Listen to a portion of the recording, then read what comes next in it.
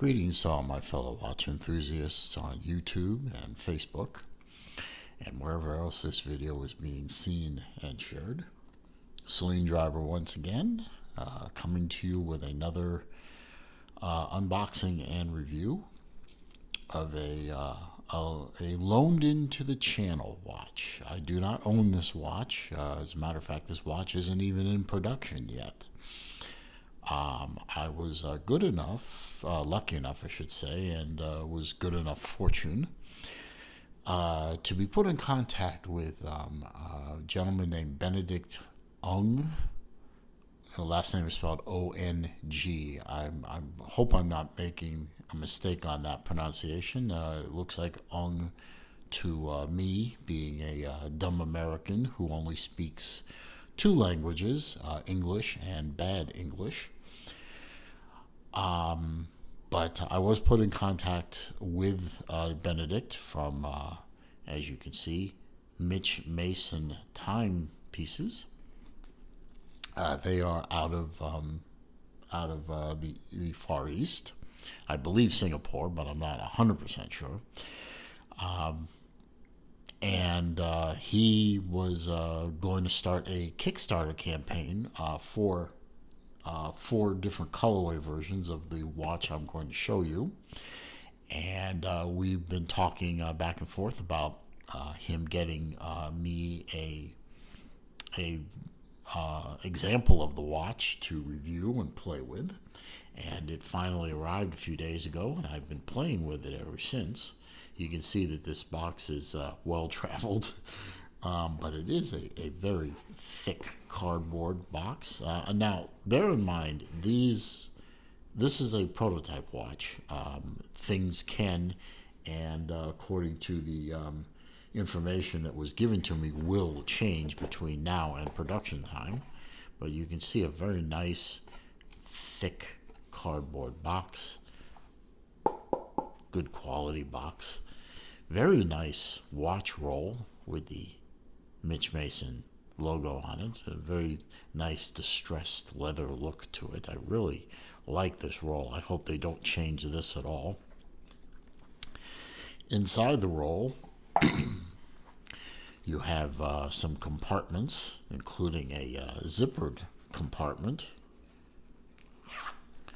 for something, extra. You want to keep extra secure, that doesn't, so it doesn't move around at all. Good, nice. It's canvasy like, but it's not canvas. It's a softer. It's almost like blue jean material up here, and lining the, but soft blue jean material. So, I love the distressed leather look. I really like this roll a lot. And inside the roll was an example of their product, which is a very nice, albeit a little small, for me anyway, a very nice sporty, dressy watch. That's how I would describe it. It could definitely do dual duty as both a daily wear sports watch and sort of a semi to 3/4 formal business dress watch. Wouldn't take it to a fancy dinner party where you're wearing a top hat and tails, but not bad. When I first took it out, I thought to myself, this has a very much a Seiko alpinist look. The green alpinist that has that brown strap, although this strap is miles ahead of the alpinist strap, which was horrible. You can see it's a sign buckle. It's a distressed leather, smooth on the wrist side. Look at the engraving on that; it's just fantastic. Great detail. I hope this makes it into production. I believe it will. I'll check my notes here in a minute.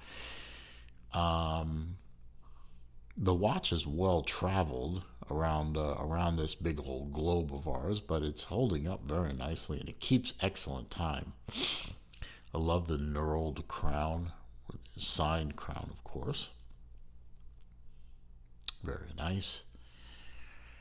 It really is a very nice little watch. I love the green. This is one of four different colorways. There's going to be a blue one, a black one, I believe a white one as well. You know what I'll probably do is I'll find a picture of all four of them somehow, and I'll put it up as the thumbnail so you can refer back to that. And of course, I'll put links in the description to the website and to the Kickstarter uh, campaign. As you know, as I said, this is a Kickstarter watch, or it will be. I'm shooting this in. Well, it will go up in August of 2020. Pardon me. The plan, according to Benedict, is to put this on Kickstarter in the first week of 2020, September 2020. They haven't locked down the exact date yet, but this will be a first week, September 2020 Kickstarter campaign kickoff. I'm going to put this on so that you get an idea of size. It is a smaller watch than I am used to wearing, to be sure. But then again, for the type of watch it is, you would want a smaller watch. But as you can see on my 7.25-inch wrist, there's plenty of wrist space left over. I mean, you can see I'm not even close to the curb on either end here. And that's owing to the small diameter, of course, but also to the almost non-existent lug. But it looks good. I mean, it doesn't look stupid on my wrist because, you know, obviously you have an extended case to some degree. And therefore it doesn't look tiny on my wrist. It just, you know, it's small.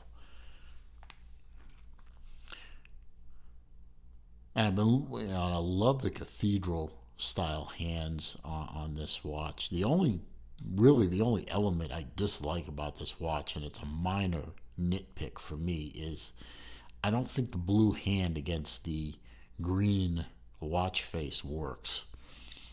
I realize blue and green is a legit color combination. As a matter of fact, a favorite hockey team of mine, the Florida Everblades, that play down in Fort Myers, Florida. Pardon me again.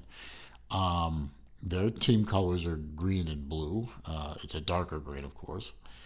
So it's a legitimate color combination, but for my eye, it doesn't work very well. But that's a minor nitpick. It wouldn't prevent me from buying the watch. Especially since if it really bothered me, I could always find another secondhand and have a competent watchmaker replace it. But I like the contrast of the indices and the hands and the outer track and all that against the green. It's a very nice looking watch. I really like the watch back. It's a pity that the artwork there isn't going to be seen by anybody because it's against your wrist. Let me see here. I have some notes here, some very nice laminated note cards that were provided with the watch that list the differences between this prototype and the what's planned for the production. For instance, the prototype is using a Sellita SW200 movement, but the decision was made to make the production movement a Miyota 9039 movement. It's going to be an automatic, of course. Water resistance is going to be in the production a 200 meter water resistance. Right now, this water resistance of this watch is 100, and it is a screw down crown, I should point that out. It's a little hard to engage the threads, but once you get it, you know, you concentrate on it for a half second, you know, you lock it down. It's, you know, you get used to it. He says that despite the increase in water resistance, the overall thickness of the watch will not change. He says the crown is going to be changed slightly, reduced number of ridges, and increased engraving depth for improved grip. The finishing of the production watches is going to be higher and to a higher tolerance than the prototype. And you know what? If they're going to go higher than this, that's pretty good, because I think the fit and finish on this watch is pretty good as it stands.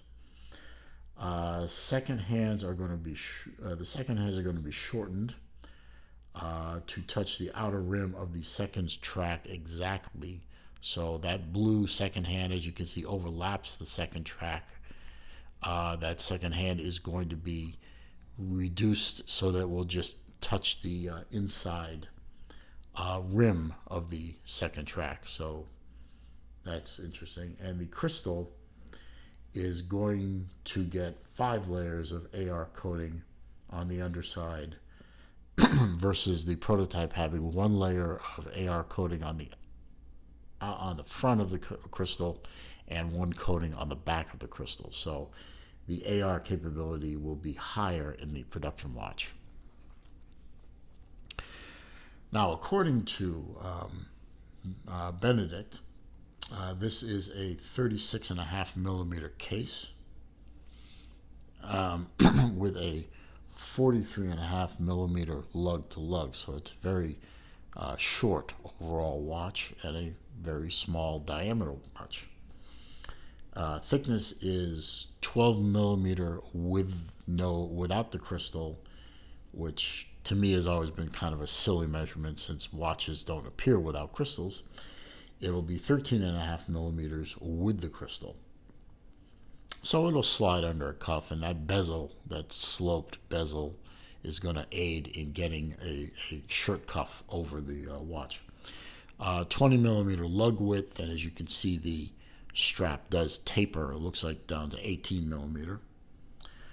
Caseback is going to be a screw down caseback with the engraving, so it looks like the engraving on the prototype will make it to production, which is a good thing.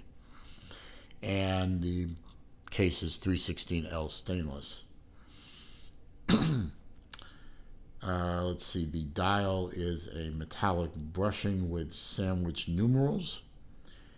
Vintage matte with printed numerals.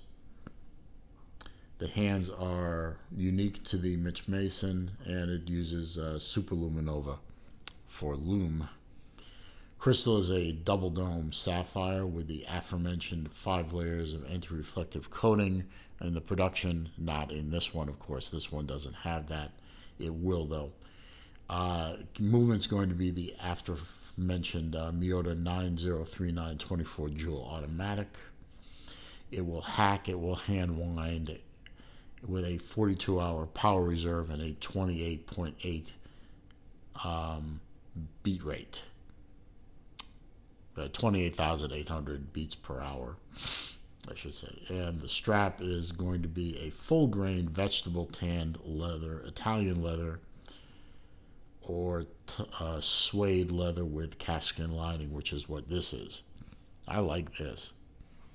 I like this a lot. And the brown pairs well with the green. And the buckle is, of course, signed, as I pointed out earlier.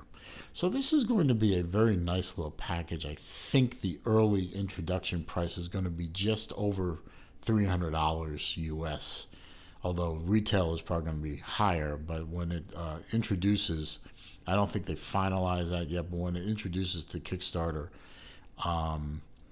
it's going to be under $350 introduction.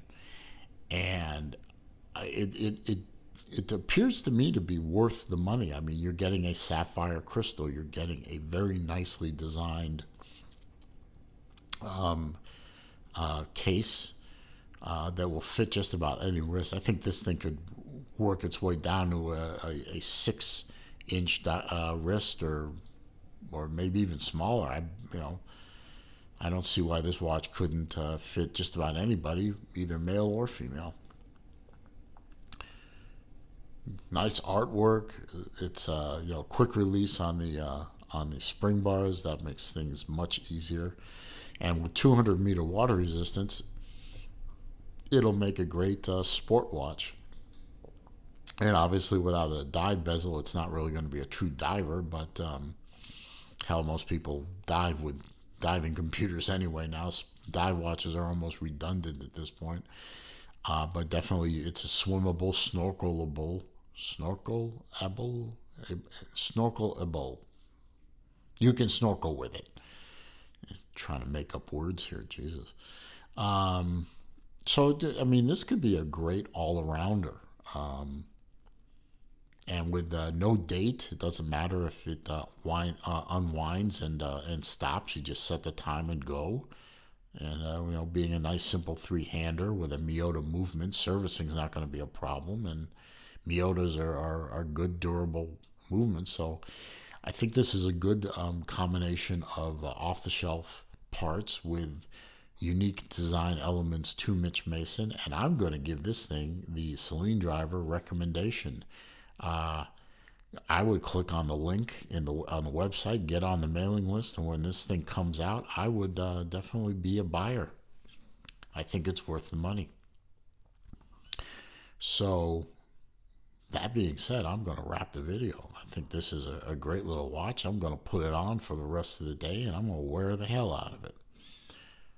So, if you like the video, give me a thumbs up, please. Just click that like button. That does help with the channel, making the channel more searchable on the YouTube algorithms, and that brings more people to the channel and helps me grow. Comments, questions, and suggestions down below in the comment section. I read them all. I respond to them all. However, if you're going to be a jerk off or you're going to troll me, I'm just going to delete the comment. I'm going to block you. If you're new to the channel or you've been here a while, you haven't already done it, please click the subscribe button. And when you do that, click the bell icon so that when I upload new videos, you will be alerted. I have some great videos upcoming. And I have a great library of videos, not only of watches, but car-related videos, rant-related videos, even some college football-related videos. So there's entertainment for everybody. But I definitely appreciate my subscribers, and I hope you, if you're new, will become another. I thank you for watching this video. I thank Benedict for loaning this watch into the channel. This was a great experience, and I'll be sorry to see it go back to you or to wherever it's heading next. Y'all have a good rest of the day, and I will see you in my next video.